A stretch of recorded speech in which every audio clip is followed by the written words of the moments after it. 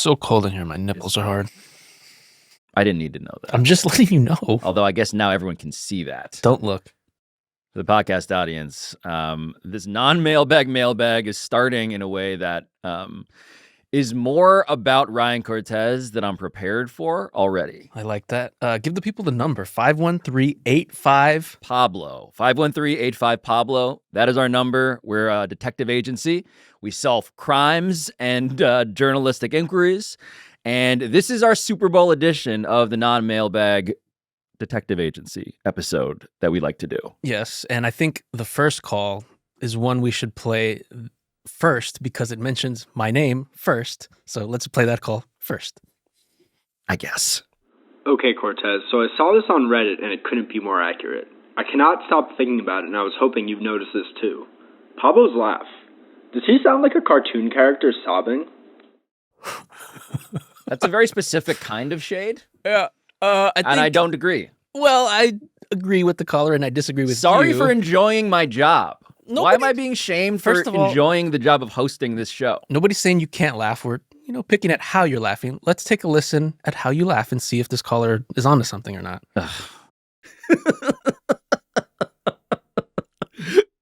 Bro, he's kind of onto something. You do sound a little bit like a cartoon character. I dispute this.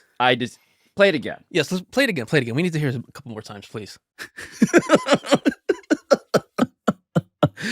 First of all, that caller's right. My favorite thing you do laughter-wise, where I feel like I've reached the pinnacle of a Pablo laugh, is when you suck in air while trying to laugh. You do this thing where it'll be like, but there's still a laugh coming out.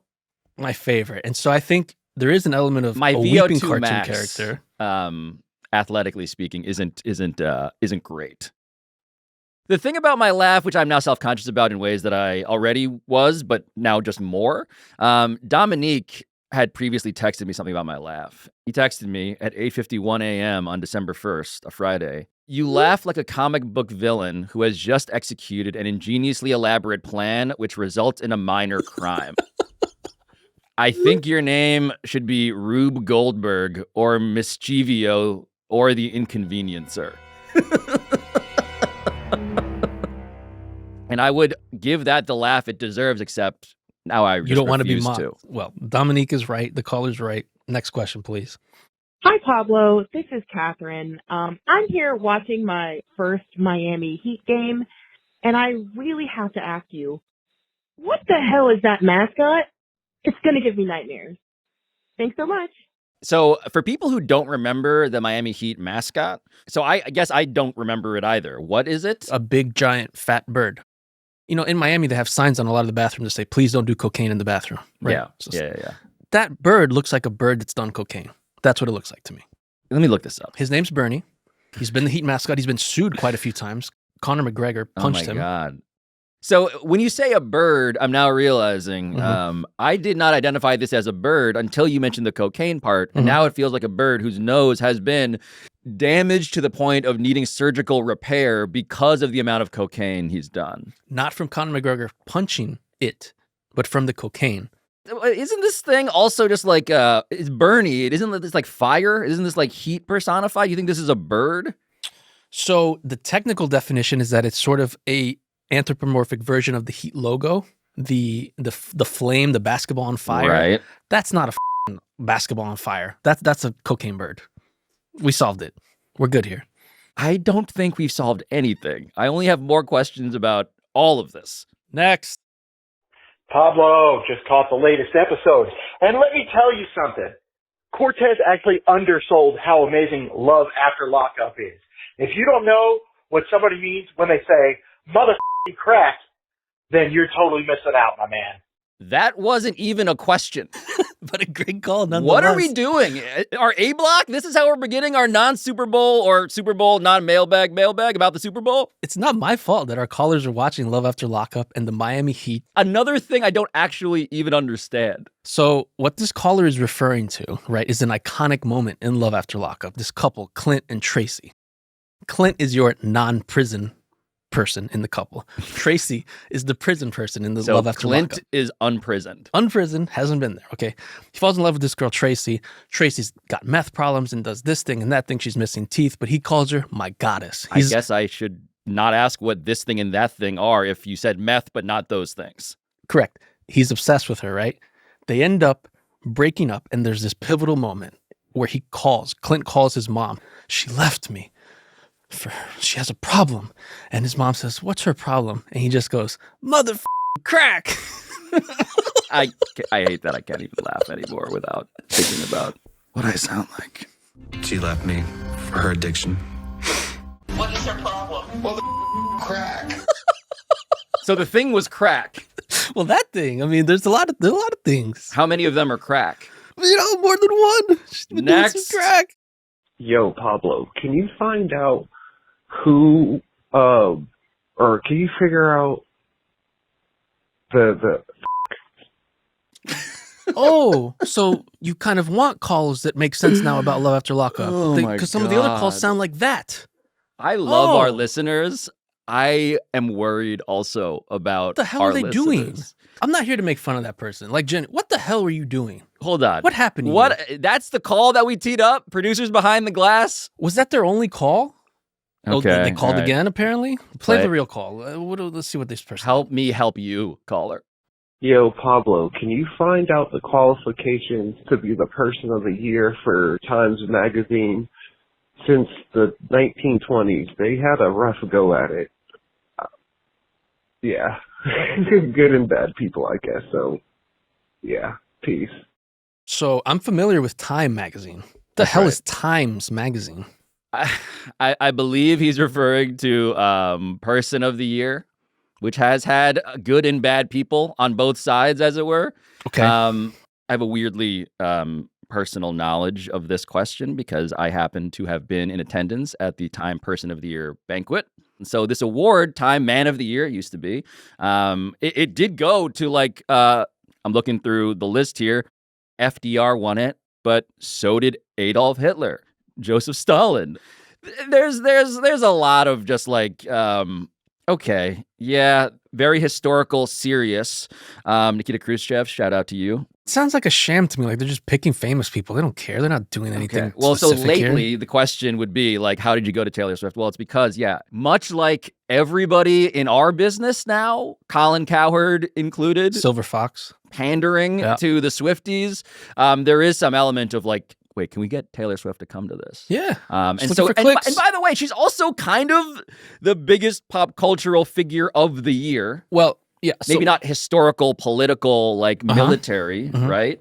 But it's not a bad choice. It's not a bad choice. And people are looking for clicks, which is what it is. And magazine sales and YouTube hits. So we should probably do our own Person of the Year. Right? So I feel like... Who should we give it to? So the thing about Taylor Swift getting the award was that she did not show up that night. Mm-hmm. She was not there. She's too big even for Time magazine. I'm looking at this Taylor Swift Time Person of the Year cover, and I'm like, if we're going to get into the pandering wars, let's give it to the other person on there. That same cover. There's only one other thing on there. It's not really think a little bit more anthropomorphically, Cortez. Talking about the cat? I'm talking about her cat. Oh my God, bro. Look, the Swifties aren't going to listen to this. All they need to know is that we have given an award to this cat. What's the cat's name? Like Fluffy or something? Benjamin Button. Congratulations to Benjamin Button, the cat. Pablo Torre finds out Person of the Year. Person of the Year. You get it? I also do a great cat impression if you want to hear it. I don't. Meow. Meow. Meow. That cat sounds like a cat who's touching its own nipples. Please take us to break.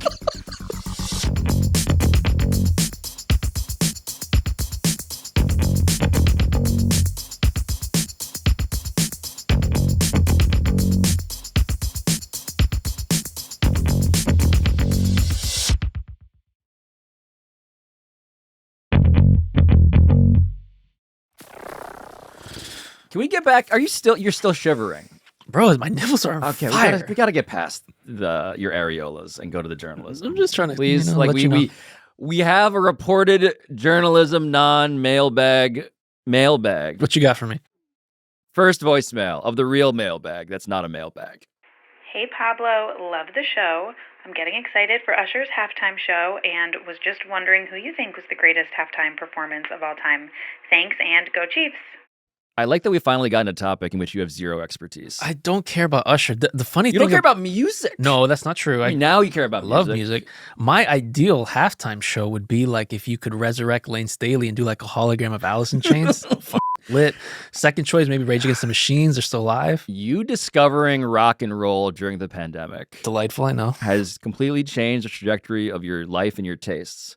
That sounds horrible. That sounds lit. Come on. You want the resurrected, like a hologram, or like actually like the skinny, drug-filled hologram of my boy Lane Staley screaming into a microphone as loud as he can? That would be pretty Or incredible. you could just say Prince. Okay. Prince Sure. in Miami in the rain was not just like a great halftime show. That's just one of the greatest concerts of all time. But both of us are actually out of our depth, admittedly. I have been to one Super Bowl. The real veterans who go to these Super Bowls, they're just going for Super Bowl week and they're leaving before the game actually happens. Veteran savvy to not actually go to the event. But I wanted to talk to somebody who did. And so that's why we brought in someone with, I would say, incomparable jurisdiction over this subject when it comes to, the people that we know. Someone who actually knows what he's talking about. That would help. So Dave Fleming, I've summoned you here because you have been to how many Super Bowls? At some point, Pablo, you lose track. So somewhere north of 25. Cortez, this is the authority that neither of us have. This is subject. Flem. This is an expert with Grace with his presence. Yes. So Flem, the question is simple. What is the greatest halftime performance you have ever seen or know about, having covered a zillion of these things? I should point out, right, I've seen some shit at the Super Bowl over 25 years. I have played Madden with a Playboy bunny. I have almost been knifed at a Denny's from a Hell's Angel member. I've seen fans dig through mountains of horse manure to win tickets. And obviously, along with the Super Bowl, I've seen a ton of musical performances. But there is one that stands out above all the rest, and it's actually kind of a secret. The absolute, without question, best musical performance at a Super Bowl belongs to Prince. Yes. But not during halftime. It was during a secret press conference where he did a surprise impromptu 12-minute face-melting concert for the unworthy, unwashed media members in 2007. Nothing but media members? It was 800 credential media members. It was Cortez. Wow. It was pleated khakis and soiled polo shirts and sweatpants for as far as the eye could see. Explain how it is that this press conference becomes a concert. How does this tend to go normally? What's happening instead? So it's 2007. We're at the Miami Convention Center. It's the end of the week. And by the end of the week, I mean, you've had 15 steak dinners. You are hungover. Your clothes are dirty. You just want the frickin' game to start. And usually the last decent press conference is when they bring in, and they're obligated. The halftime entertainment is obligated to hold a press conference before the show. Right. And there were rumors all week that it was like, well, Prince doesn't do press conferences. So this is either going to go epically south or who knows what's going to happen. Hold on. How soon into it do you realize like this is weird? Something's going on here. Well, I showed up just for the traffic accident aspect of it, right? I'm like, Prince is either going to get testy or angry, or he's not going to speak. He's just going to stand there. Something's going to go sideways. And so I came in a little bit late. All the seats were filled, and I'm standing against the wall next to the stage, just waiting to see, right? And what you notice is, wow, there's instruments on the riser. He is truly an icon. 100 million albums, 6 Grammys, 5 American Music Awards, Rock and Roll Hall of Fame, one of the greatest performers of our time. We're so pleased to have Prince. The producer of the halftime show introduces him. He comes out of a hallway. A guy hands him his guitar, you know, the one from Purple Rain with like the cheetah print.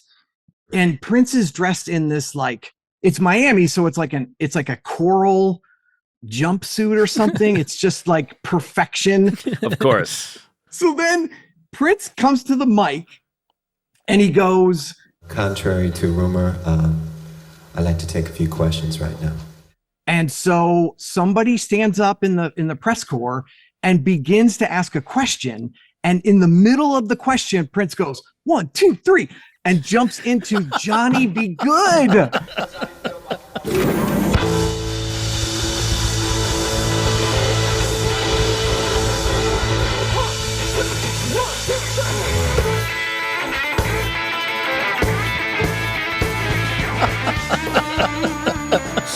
Who was the reporter who asked that question? We got to know. Yes. The head of NFL media and publicity, Brian McCarthy, I talked to him for this because he was in charge of that press conference. And I said to him, I'm like, I don't know if it's a secret, but I've been dying to know who the reporter was that Prince cut off in the middle of his question. That Prince dunked on. And I always thought it was just some poor guy who was probably so nervous from like the Green Bay Gazette. Yeah, from a Journal Sentinel or a Gazette or something. But I'm breaking news right now. We are breaking news right now. It turns out it was an inside job. Believe it or not, it was the musician Chris Isaac, who was working on behalf of Extra, who was there as the special talent. It was the musician Chris Isaac. What? Yes, who was working for one of those entertainment TV channels. It was a bit. It was a bit. It was a psyop. Wow. It was a psyop, an actual psyop perpetrated by Prince and Chris Isaac playing the role of one of us. And so how does he follow up Johnny Be Good? He goes from Johnny Be Good to Another Lover.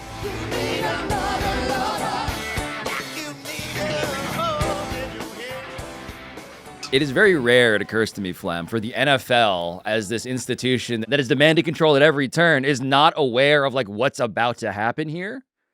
And so the NFL, what is the NFL thinking? What is that guy, Brian McCarthy, thinking as Prince is getting in deeper and deeper into a set list that only he knows? I think they're thrilled, first of all, because I think they knew going right up to the last second that Prince could just do a double bird and go, you know, F y'all, I'll see you on Sunday or whatever. And I think they knew right away he was not someone they could control at all. There was no discussion of what he should play, what he shouldn't play. That was really left up to his camp. And so we knew general time length. And also keep in mind, NFL Network was still relatively new. They covered this live. So they carried this live, the entirety of it. And they said that was, some of the greatest entertainment they could imagine to have live on NFL Network.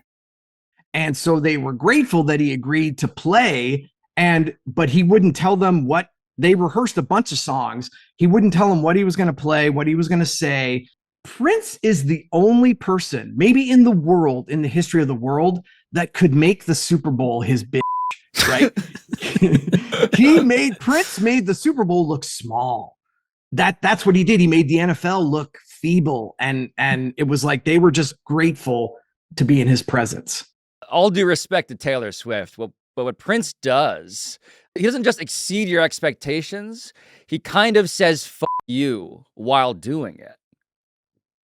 I mean, and that was exactly the vibe that Brian McCarthy describes, in that they were worried he was going to half-ass it, and somebody with Prince goes, "Oh no, you don't know Prince. He doesn't do anything halfway or even 100%. It will be amazing." This is Prince. He doesn't go, quarter way. He doesn't go halfway. He goes all the way. This guy, he's just a higher form of human being than the rest of us. I can barely get my mic hooked up for this interview. And Prince is like, he's in the middle of like a menage a trois and he's doing a guitar solo, right? It's just like, and he's not even sweating.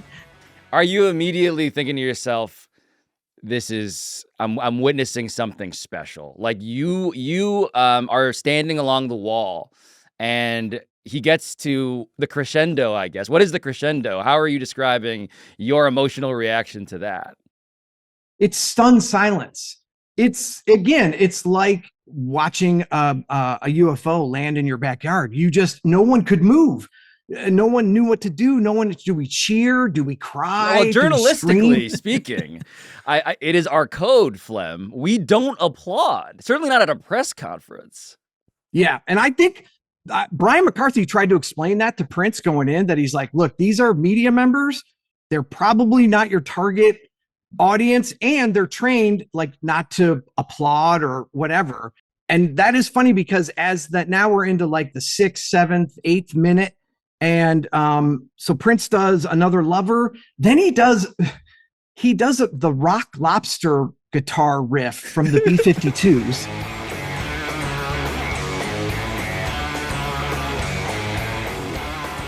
Just because he can. Then he goes into Get on the Boat.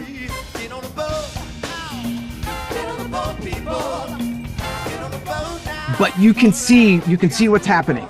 He's starting to get pissed because he's like, it's okay, you guys, you can stand up. You're free to get up if you want to. It's all good. Come on, everybody. He's starting to like get mad that he's not winning people over. By the end of this, does journalism itself applaud what it has just seen? We blew it. It was like the greatest moment, just completely embarrassing. You're including yourself. It is embarrassing. Why didn't you know how important this is? Why didn't you stand up and be the force you want to see? I blame you. And I blame myself. I should have like streaked across the stage or something. Right. I do remember like screaming and or going, yeah, and just like, but the people right in front of Prince, again, just no reaction. And you can just see him slowly start to check out. And it's just like, oh my God, we insulted Prince. We insulted Prince.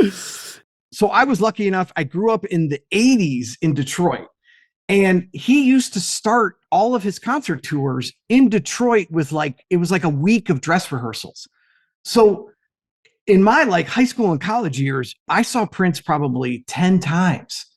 And nothing compared to this 12 minutes, right? That felt like an hour. Yeah. Dave Fleming, thank you. What a reporter. Thank you Incredible. for your reporting, and you for not betraying it and acknowledging what you were seeing at the time. Yes, huge regret. Thank you very much. Now I have to live with that. And I know Prince is among us still.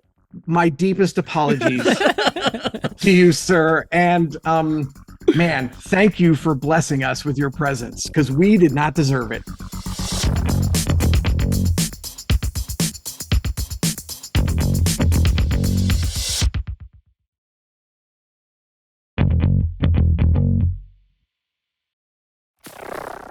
Next caller. Hey, Pablo. The Super Bowl has me thinking about the relationship between athletes and brand recognition. Who has the best stat sheet when it comes to partnerships, sponsors, endorsements, cameos? Which athlete has the best marketing resume? I mean, there are some great, especially out of the NFL, there have been some great commercial actors. Yeah, I think of Jimmy Butler myself. Okay. Michelob Ultra. Not even close to the list that I'm thinking of. I won't dance. Oh, yes, I will. I won't sing. That stupid Michelob Ultra commercial where they can't even pretend to be the Miami Heat because they don't have the logo insignias, legally speaking. And they put them on screen for 2 seconds only. Very disrespectful. But the NFL, Peyton Manning, of course, an all-timer. Baker Mayfield, plausibly living in a stadium. At home with Baker Mayfield. Hey, the rain's coming. Furniture's gonna get soaked. One of the great accomplishments of commercial acting, in my opinion. Cam Newton had one too, right? Cam Newton was pretty good. Russell Westbrook had one. We threw one out of the stadium. O.J. Simpson, actually. Nobody does it better than her. Nobody does it better. Yeah, famously running through that airport. But there's only one when it comes to the prolific nature of a commercial pitchman. There's really only one answer to this question. All sport. After all sport, the game was a breeze. Now, with the age of beer, I got my mojo going strong. I gotta get a whopper. You don't know Buick. Attention cruise fans. Carnival is bringing you 3- and 4-day mini cruises. But Chris Christie is different. The Comcast has way better HD picture and the most HD choices. Just feeling chill! But I bet I love Kellogg's Frosted Flakes more than you. Do I use new Gold Bond men's lotion to look good or feel good? Yes, I do. Introducing Icy Hot Pro. Go big at JCPenney. Style and value for all. It's crunch time. My name is Shaquille O'Neal, and I'm one of the Power Balance Generals. One thing, Snap Sports. Original soup man. No soup for you. Get your anonymous online quote with low payments and ride with the General. When I first joined the board at Papa John's, I brought some big ideas. We're gonna need more pepperoni. So I just want people to know that there's more. We had to stop counting Shaq endorsements once we got into like the 50s. That's a lot. That's a lot of pepperoni. It feels low. My takeaway was that he's really good at this. He's very charismatic. He's a good actor. Why the hell wasn't Kazam a better movie? You're asking, why is the least discerning commercial actor of all time not in a better movie? I'm asking why one of the most charismatic people I've ever seen on screen wasn't a better genie. Yeah, wasn't a better 7-foot genie in 1998 or whenever the hell it was. Next. What's up, Pablo? This is Brandon from Los Angeles. I saw that flag football is going to be an Olympic sport starting in 2028. Does that mean we're going to have a dream team with like Patrick Mahomes to Tyreek Hill versus like Lamar Jackson to like whoever? I hope so. Let's go Team USA. So I want to start by saying the Pro Bowl or whatever it's called now was dumb. Flag football has some things about it that display the behavior of dumb in terms of like, how are we going to know when the flag was pulled?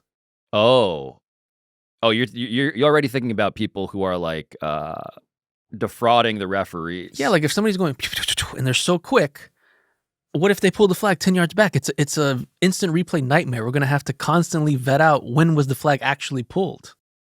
I cannot believe you pointed to your head like that was... Think about it, bro. ASMR, you could hear it. God. The thing that people need to respect about flag football at the very least, despite it being, dumb in lots of respects, is that it's already a thing. So there is a flag football national team. Oh, really? They're the best in the world. The men are. They have a quarterback. This guy, Daryl Doucette. You played in college or something? No. Okay. He played intramural at Xavier University in Louisiana, apparently. Played intramural. And now he's a gold medalist in these world championships that happened recently. And he actually had the occasion at said Pro Bowl weekend extravaganza thing to talk to Tyreek Hill. And I don't know if he came away loving the NFL as a result. Okay. Tyreek, when they announced that flag football was an Olympic sport, you were one of the first people to post about it. What does that mean? It means that I will be competing. That's what it means, baby. You feel me? I'm out there. And who the quarterback? For who? The USA team. You talking to him? But them boys gonna pick you off left and right, boy. Your receivers ain't gonna get open. You say our receivers not gonna get open, but y'all can't pull flags. So I'm pulling the flags. I know how to play flag. I grew up playing flag football. My mom ain't want me to play tackle football. I grew up playing flag, so I know how to do all that. All that. I hate that Tyreek Hill did the thing that you just did. Looks familiar, right? The institution of flag football, out of deference to them, because this is actually an Olympic sport somehow, we ended up talking to the CEO of USA Football, this guy, Scott Hallenbeck, and he explained how it is that the NFL might actually get involved in trying to get some gold. He's the CEO, so I mean, he must have like done intramural or something at least, right? Flag football is different than traditional football or the NFL football, as most people know it. First and foremost, for its really the creativity, the elusiveness, the fast-paced, high-scoring aspects of it. We'd start with the field. So it's a 50-yard by 25-yard field. So tight, narrow, 5-on-5 versus 11-on-11. Zero contact. The hardest position right now within flag is definitely defense, partly because of the contact rules, partly just because it's challenging to cover these folks on a small field. Flag pulling is a distinctly different talent. The offensive players are constantly dipping and spinning and obviously trying. They have something called flag guarding. You can't do is put your arm out or effectively cover the flag in any way. You almost have to run with your arms up. A lot of times you see these guys spin and dip in that respect. So the conversations about the potential of NFL players being on Team USA and ultimately Olympics is obviously one that we take very seriously. We're super excited about. You want to go beyond the idea of an all-star team and really create an integrated, cohesive unit. There is no question there's a difference between, the quality of NFL tackle football and, of course, flag football. Not to suggest for a second that a Tyreek Hill, Lamar Jackson, et cetera, can't make that transition. Of course they can. They're elite, amazing athletes. But there is time, especially on the defensive side. It takes time to, again, transition. Just look at even the Pro Bowl last year. It was really interesting to watch the inherent natural body movements, right? There would be moments where someone's catching a pass and they're running through the defenders. Almost every play, there would be a flag. So taking the time to really understand that and learn that, everybody needs to make that transition. Now, again, is that a month? Is that 3 months, 6 months? We don't know that yet. That'll be a sort of work in progress together to sort all that out. I would argue that Christian McCaffrey probably would be an amazing player in flag.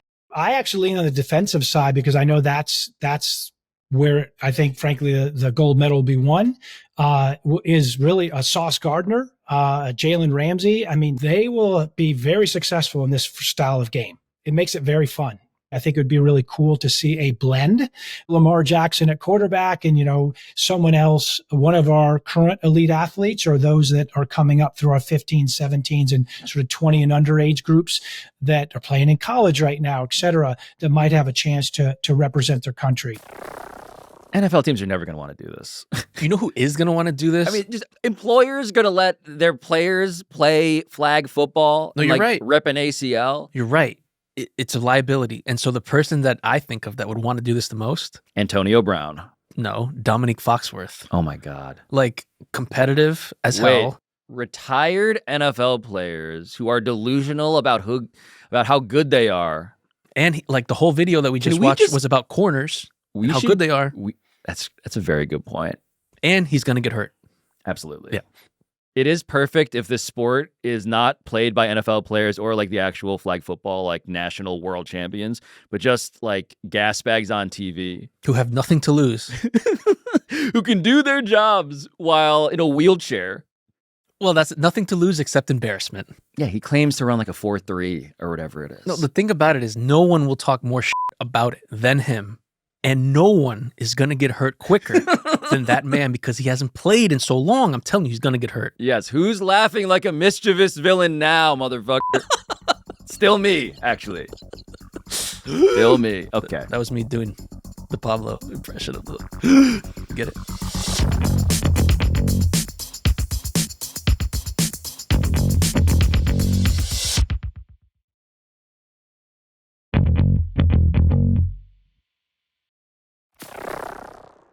Back to the job that we're here to do. 513-85 Pablo. Great phone number. Super Bowl, non-mailbag, mailbag. Call. What's next? Yo, Pablo. First time, long time. So my favorite social media account is Maker Sports. It's so good. But the guy claims that he does it with no AI. That makes no sense. That can't be true, right? So I love this question because this guy is somebody who has been fascinating me every NFL Sunday, especially.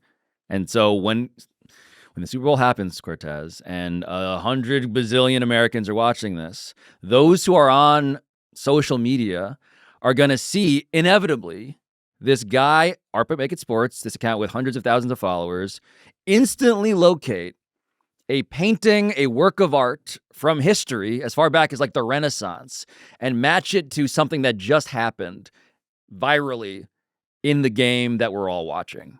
Apparently this guy has a big following. I found out about him because he did this to Jason Kelsey. I haven't seen that one. He jumps out of the Buffalo Bills skybox and he's compared to immediately the perfect work of art. Huh. I saw the one he did to Dan Levitard, which I thought was pretty good. Oh, with Dan's hair and it's going everywhere. And I thought, oh yeah. I was like, okay, like the sad get it. European clown. And how he does it, I wanted to investigate this and find out for myself how he actually pulls this off so quickly. Like, is he cheating? Is he on some sort of art PEDs? Right. Is it machines? And so we invited him, the man behind the account, to sit where you're sitting right now.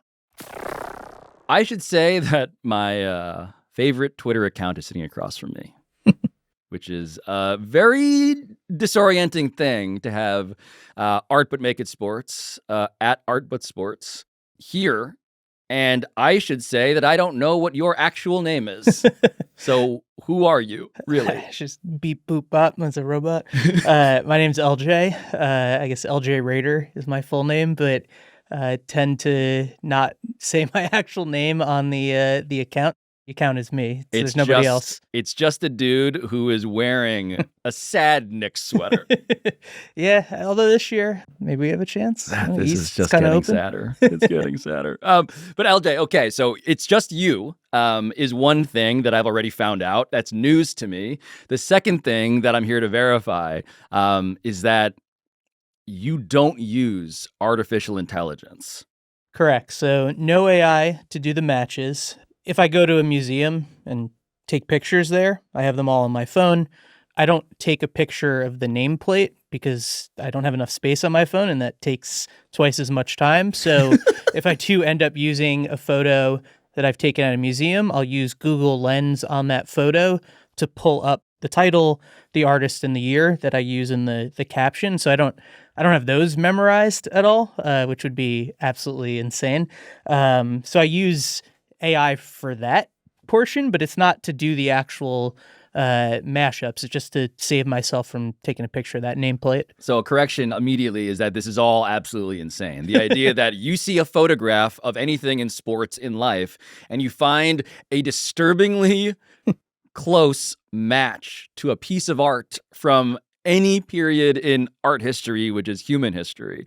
And you're telling me right now that the only thing you use the computer for is to help name and identify the actual painting that you saw originally because you were out at a fucking museum somewhere just saying like, oh, that looks interesting. I've always sort of seen things through a sports lens. And so going to museums, I look at a painting and somebody might see, something beautiful, and I see, the Knicks crumbling in the playoffs, or, that's kind of where my mind goes. And the problem is that I don't think people believe you. Yeah, nobody believes me. And so we're here today to test this. We will put you to an actual scientific challenge. You will prove to us that you can do this as just a sad dude in a Knicks sweatshirt and just using his brain and not computers. But I want to just show people some of the stuff that you've done, which makes people think that you are a computer. Cool. There are some all-time great ones. This isn't even a sports one, but can we start with the Bass Pro Shops guy? So this dude was naked in a Bass Pro Shop, dived into the pool, emerged from the pool, just laying across the floor. And you found what that matched this, because it's incredible. I think it's a Bruegel. Yeah, it's either Bruegel or Bosch. So LJ's looking at his phone for people not watching on YouTube or the DraftKings Network. The catalog, the handheld catalog of just apparently paintings. Yeah, so Bruegel. Him and Bosch tend to have scenes with lots of people and lots of naked people as well. More Bosch naked than Bruegel. Gonna adjust my power rankings for nudity. For nudity. Yeah. Hieronymus Bosch. Yeah, more than Bruegel. But got lucky that it was both somebody in a similar position, but then also the water nearby, I think was the important. Levels, okay? So the levels to LJ's matches here are what makes this beautiful. I mean, for instance, just like Taylor Swift behind that frosted window. Yeah, so actually the first image I saw was one that Taylor Swift was inside looking to her left out the window. And I had something actually prepped for that, like a Vermeer with a woman looking out the window. It's like a very just like common theme in art history. You basic bitch. Yeah, exactly. Pulling Vermeer. And then I saw this version and just knew the red kerchief painting. So this is my high school art history. This is Claude Monet. I want to pull up the time that Draymond Green was choking Rudy Gobert, of just Rudy in the crook of Draymond's elbow, reminded you of what? John the Baptist with his head on a platter, or some derivation of that title. That moment, I wasn't watching that game.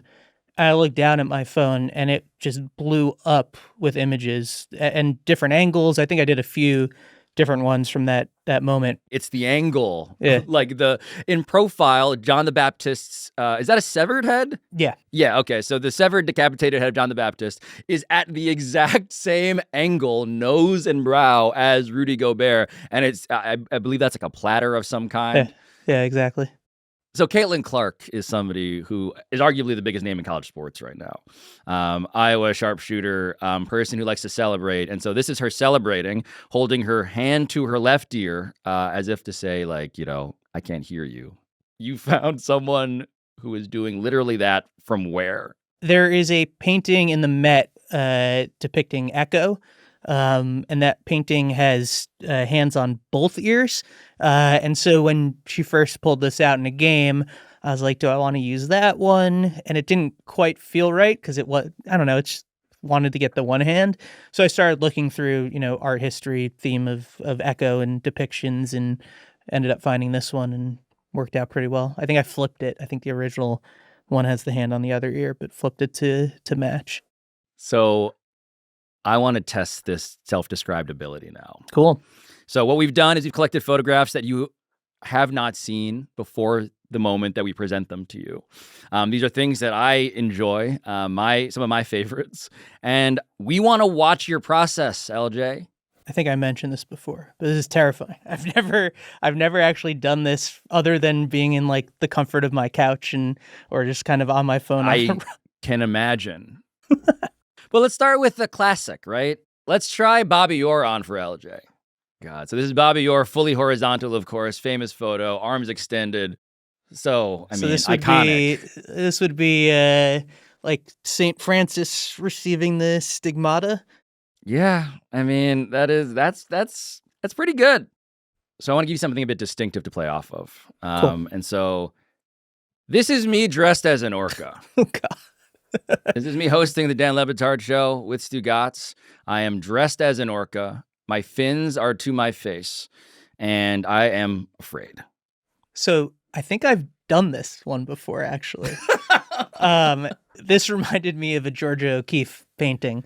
Oh my God! Of course, with the petals and you your can face say it. And yeah, you can say what Georgia O'Keeffe is mostly depicting. Yeah, I don't even know what you would. It's a vagina. A vagina. There you go. But your face is the clitoris, and thank you. Yeah, Georgia O'Keeffe is a titan of art history, and it's an honor to be compared to one of her vaginas. Another paragon of the human form is Dan Le Batard, stretched out across his pool table, wearing only swim trunks, looking confused, but also weirdly confident. He's beautiful. So these poses tend to come up a lot, and there's a whole bunch of different like ways that I could take it. I guess Venus of Urbino would be one of them. There's an artist, Henry Moore, that has more sculpture-based reclining. No offense to Dan, but maybe like if Botero has a reclining figure that would work well. But wow. So just for people who weren't clocking what LJ just apologized for here, you're saying less sculpture, more flesh. Rubenesque. Yeah. As they say in the world of art. Meaning, I think chubby. Yeah. Chubby, but that was a thing that, of course, artists quite valued in their subjects. Yeah. I'm reluctant to do this a bit, but it's an iconic photograph in the annals of sports media because this is maybe the most famous couch I can recall in our business. It is a couch that had Jason Whitlock sleeping on it. His legs are white sneakers and all, and blue jeans, out in front, and he is hitting a REM cycle, LJ. Like that is a deep ass sleep. Look at it's recessed. That's right. He's part of the couch now. It is a man in the place that he feels safest, it feels like. And this angle of repose resembles what to you? Yeah, so at first glance, and it would be a kind of a juxtaposition in that Flaming June, which is on display at the Met right now, is very pure and beautiful in a similar pose to Whitlock, and then him on the other side being all gross and disgusting. But yeah, Flaming June's the first thing that came to mind, even though it's like different colors and like predominantly orange. And that's a great one, though. The coup de grace, though, for me, when I've always wanted to have you make art out of sports with, is the famous image that changed college football's destiny, because this is Urban Meyer at his own fucking bar. Not leaving room for the Holy Ghost, LJ. This is him kind of half sitting but grinding on an unknown blonde-haired young woman. And this was, of course, posted. He gets ousted for this and more at Ohio State, and nothing is ever the same. And so in this grinding, this infamous grinding, there is what? there is Urban with his hand in a place where it shouldn't be. There is also the hand, I should point out. There's also a hand definitively and very clearly doing something it shouldn't. But what does this remind you of? I was like, I then realized you were asking me what piece of art. So there's a photo that I took at the National Gallery. It's called The Good Samaritan.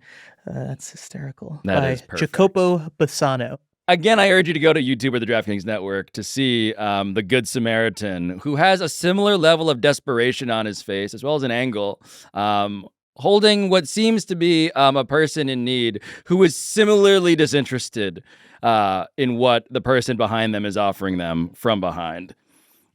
That is fucking incredible. But I want to bring it back to me near the end here, because in the PTFO universe, I've always thought of my own calves as a work of art. And so this is me, honestly, I think, more flexible than anybody who works on my show realized.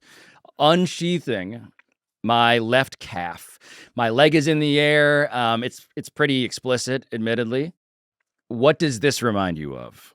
Yeah, so two things. There's a sculpture of a dog peeing on a building that I've used for the Ole Miss end zone touchdown celebration. Yes. I want to say it was Elijah Moore. Yes, Elijah Moore peed during the Egg Bowl. Yeah. And cost them the game, arguably. And then Pantomime peeing. There's another painting that almost certainly will need to be censored, but a Gustave Courbet painting. Women's genitalia has been a theme of... I'm realizing that this entire test has mostly resulted in you comparing me to female genitalia. Apologize. Yeah. First thing that comes to mind. If this didn't actually look like this, I'd be a lot madder at you, for the record. But for the record as well, f*** you and f*** Gustave Courbet. It's fair. Now, I don't like Knicks fans. So I noticed, you had a Knicks fan in my seat. I don't appreciate that. Beyond that, this is a show prides itself on journalism, on reporting. Did you talk to anyone besides him? We just tested him. But it's one person.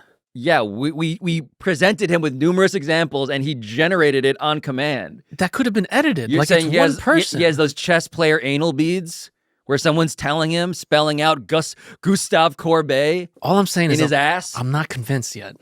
Just saying. Fine. If you have a lead on LJ Rader using anal beads, 513-85 Pablo. Let us know if Ryan Cortez's theory holds any weight. And are we done here so I can warm up my nipples or no? Put those away. We are done, finally. I should go to a doctor.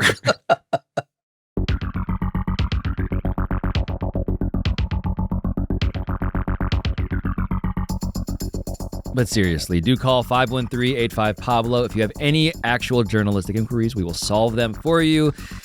And I hesitate to thank Ryan Cortez right now after all of that. But Pablo Torre Finds Out is in fact produced by Michael Antonucci, Ryan Cortez, Sam Daywig, Juan Galindo, Patrick Kim, Neely Lohman, Rachel Miller-Howard, Ethan Schreier, Carl Scott, Matt Sullivan, Chris Tuminello, and Juliet Warren.